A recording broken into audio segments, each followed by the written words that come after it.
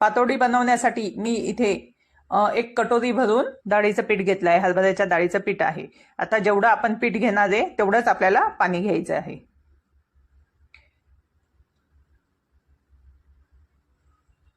आता हे आपण व्यवस्थित मिक्स करून घेऊ.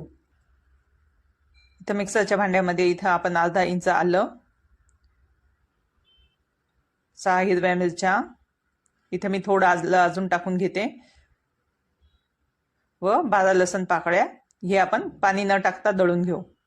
तर या पिठामध्ये आपल्याला थोडीशी हळद, 1 चमचा हळद व चवीप्रमाणे मीठ टाकून व्यवस्थित हलवून घ्यायचं आहे.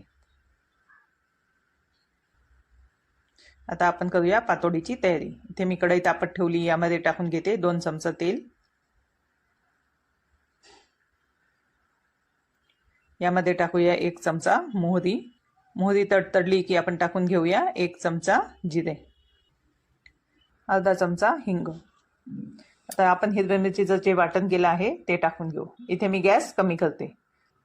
यामध्ये टाकून घेऊ आपण थोडंसं लाल तिखट. इथे मी अर्धा चमचा लाल तिखट टाकलं आहे. व्यवस्थित हलवून घेऊ. यामध्ये जे पीठ कालवलेलं आहे आपण ते ओतून घ्यायचं. आपल्याला गॅस कमीच ठेवायचा आहे, मीडियम. जास्त जोरात गॅस ठेवायचा नाहीये आणि हे आपल्याला मीडियम गॅसवरच शिजवायचं आहे. यामध्ये टाकून घेऊ थोडंसं पाणी. मी जे कटोरीत मळलेलं होतं पीठ त्या कटोरीमध्ये थोडं पाणी टाकून धुवून यात टाकून घेते. आता हे व्यवस्थित आपल्याला हलवून घ्यायचे, सारखं हलवत राहायचे, जेणेकरून या पिठाची गठुळी होणार नाही. खिशी करून घेण्यापेक्षा हे एकदम सोप्या पद्धतीने पातोड्या बनल्या जात्या. आता आपण हे व्यवस्थित एकदम हलवून घ्यायचं आहे. इथं आपलं पीठ आता घट्ट झालं आहे व एकदम चिकनही झालं आहे, बिलकुल गठुळी राहिलेली नाहीये. आता यावर आपण झाकण ठेवूया व 5 मिनिटं मंद आचेवर हे शिजून घेऊ. 5 मिनिटं झाले आहे. आता आपण झाकण उघडून बघूया. आपले पीठ इथे शिजले आहे. आता हे आपण ताटलीवर काढून घेऊ. मी ताटलीला तेल काहीच लावलेलं नाहीये, डायरेक्ट हे पीठ ताटलीवर ओतून घेतलंय. आता आपण ही पिठाची जी कढई आहे ती बाजूला तशीच ठेवायची, ती लगेच धुवायला टाकायची नाहीये. त्यामध्ये आपल्याला रशी उकडायची आहे. आता इथे प्लॅस्टिकच्या पिशवीच्या साह्याने आपण हे पीठ पसरून घेणार आहे, जेणेकरून आपल्या हाताला बिलकुल चटका बसत नाही. या पद्धतीने केली की पातोड्या सर्व एकसारख्या येतात.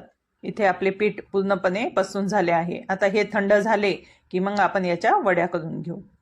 तुम्ही खिशी जरी घेतली पातेल्यामध्ये तर त्या पातेल्यामध्ये रशी उकळायची, त्याने खूप छान चव लागते. इथे आपल्या पातोड्यांचं पीठ थंड झालं आहे. आता आपण त्याच्या वड्या पाडून घेऊ.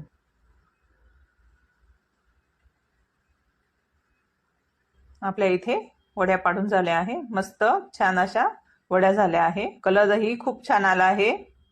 आपल्या इथे वड्या